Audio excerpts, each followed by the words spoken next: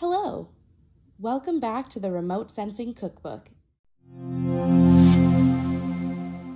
In this video tutorial, we are going to walk through conducting interferometric processing of Sentinel-1 interferometric wide swath products to create a digital elevation model, also known as a DEM. To do so, we'll be following ESA's TOPS Interferometry tutorial, which will be linked below.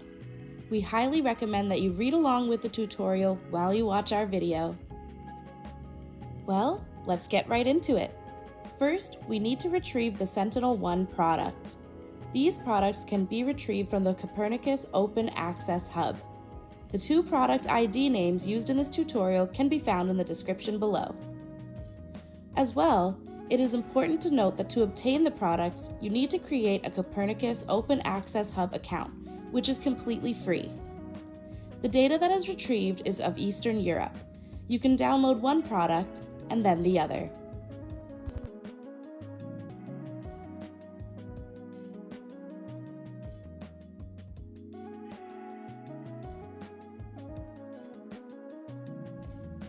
Once the data is downloaded, it's time to work through the steps of completing interferometry. First, open Snap and ensure the version you're working with is the latest version available. After launching Snap, we'll need to install the plugin SnapHU. To do this, go to Tools, select Plugins, and navigate to Available Plugins, then search for SnapHU Unwrapping. Once located, select Install. After selecting Install, Snap will prompt you with a new window to restart the program. Select Restart Now.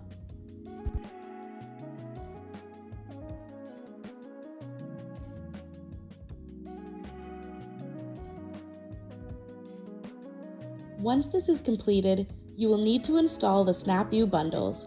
To do this, go to Manage External Tools, which can be found under the Tools menu. While in the Manage External Tools menu, select the operator to open the configurations. When in the configuration, select Bundled Binaries. Here in the target folder, you'll have to choose where the SnapView will be installed. Once the input directory is selected, click the Download and Install Now button on the bottom right.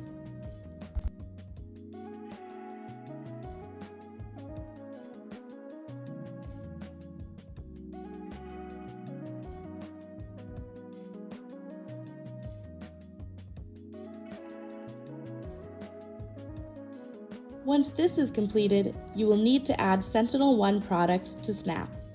You will first need to unzip the data product folders. This can be done by selecting File, selecting Import, then SAR Sensor, then Sentinel-1. Here, navigate to where the Sentinel-1 products are saved, select the manifest.save to be added to the Snap project. Ensure that you have added both Sentinel-1 products to the Snap project before continuing.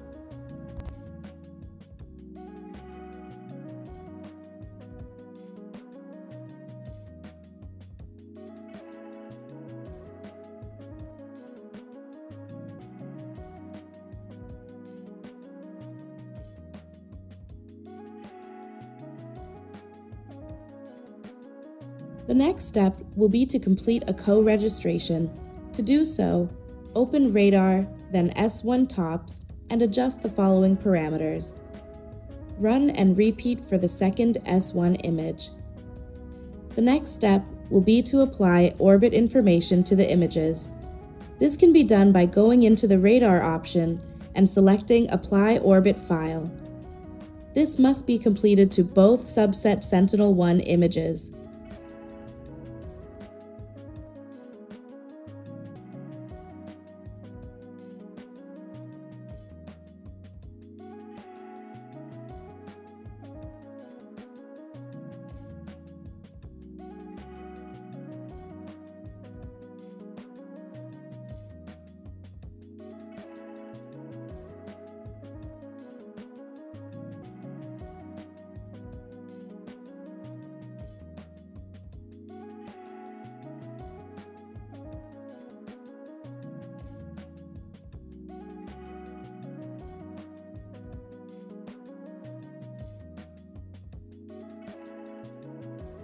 Next, you will need to do back geocoding and spectral diversity enhancement.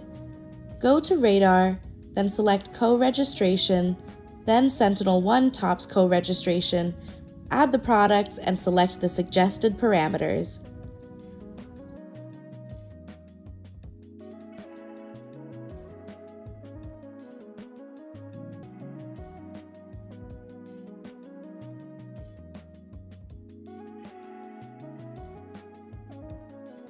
You can check the visual quality of the stack by opening an RGB image of the product. The RGB image should be clear and sharp and not dominated by one of the images.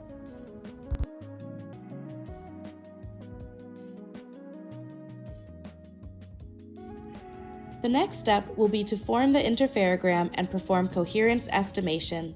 To compute the interferogram and the coherence bands, apply the interferogram formation operator. This can be found by clicking Radar, then Interferometric, and then Products. Select the stack you generated after back geocoding and ESD as an input, and make sure to check the boxes shown in the video. The resulting product will contain the interferogram and the coherence as separate bands.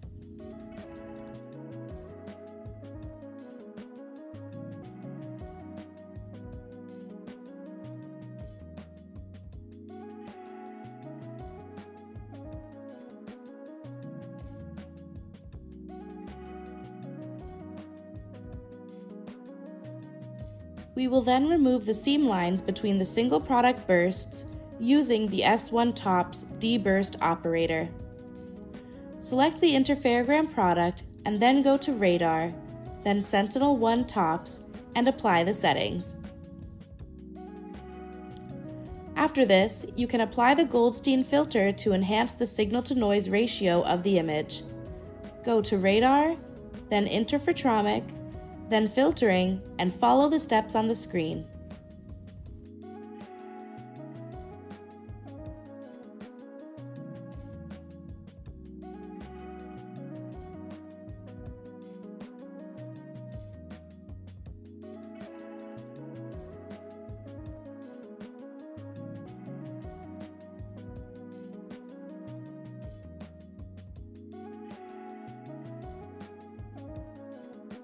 The next step will be to subset the images.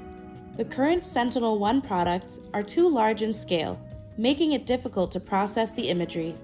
So here, we'll go to the raster option and select Subset, and subset the image based on the suggested values. We'll do this for both Sentinel-1 products, and then save the products.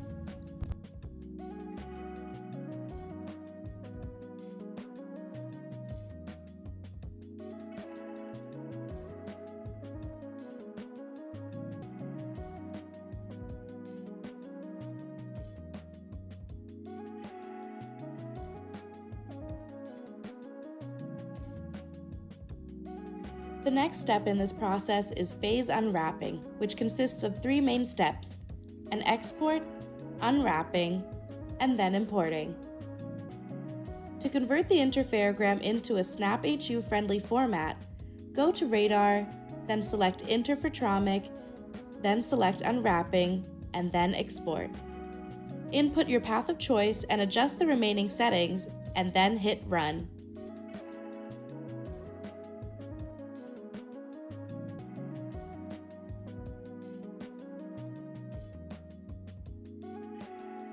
This should generate a folder in your chosen directory. To begin the unwrapping, go to Radar, then select Interferometric, then Unwrapping tool, and select the SnapHU Unwrapping. Select the input and output and then run the tool.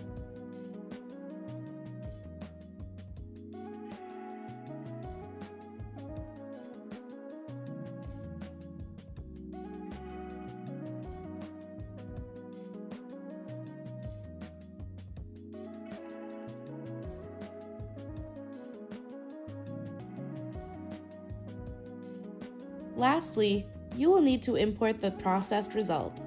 Go to Radar, then Interferometric, then Unwrapping, then SnapHU Import, and perform these steps demonstrated on screen.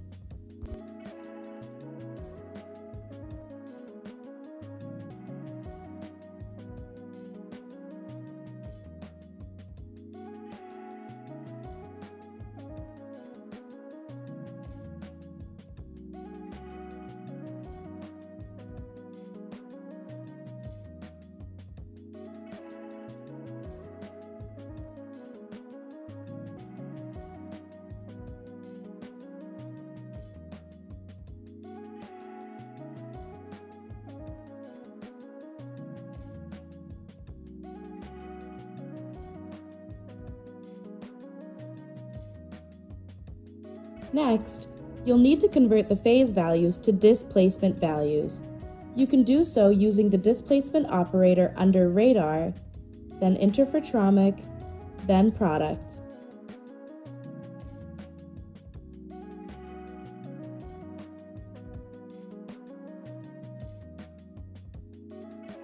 And then you'll need to save the coherence band product.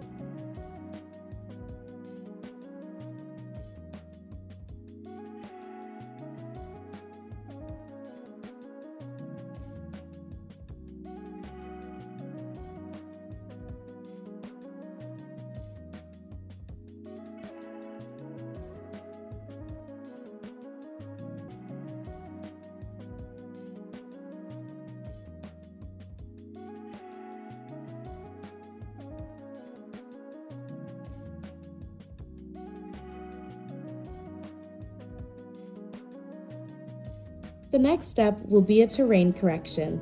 To do this, open the Range Doppler Terrain Correction operator, which can be found by navigating to Radar, then selecting Geometric, then selecting Terrain Correction.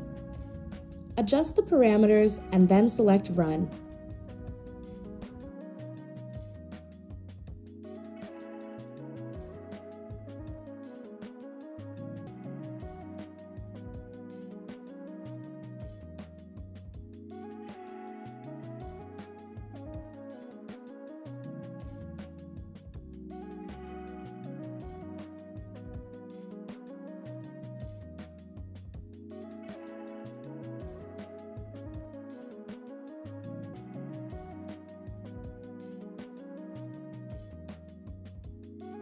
You can then mask out low coherence values by editing the valid pixel expression value in the coherence band properties.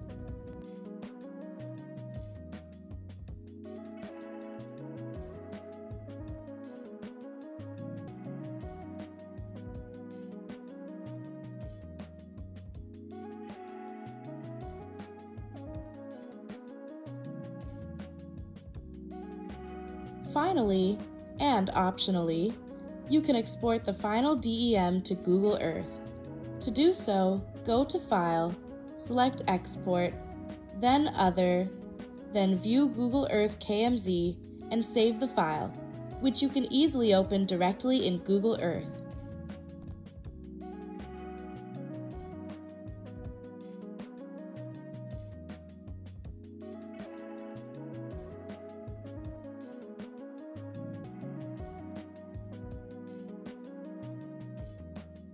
Thanks for following along with our tutorial. If you have any questions, feel free to drop them in the comments below. And as always, we're taking requests for new tutorials, so feel free to submit your ideas as well. And don't forget to like and subscribe. Bye for now.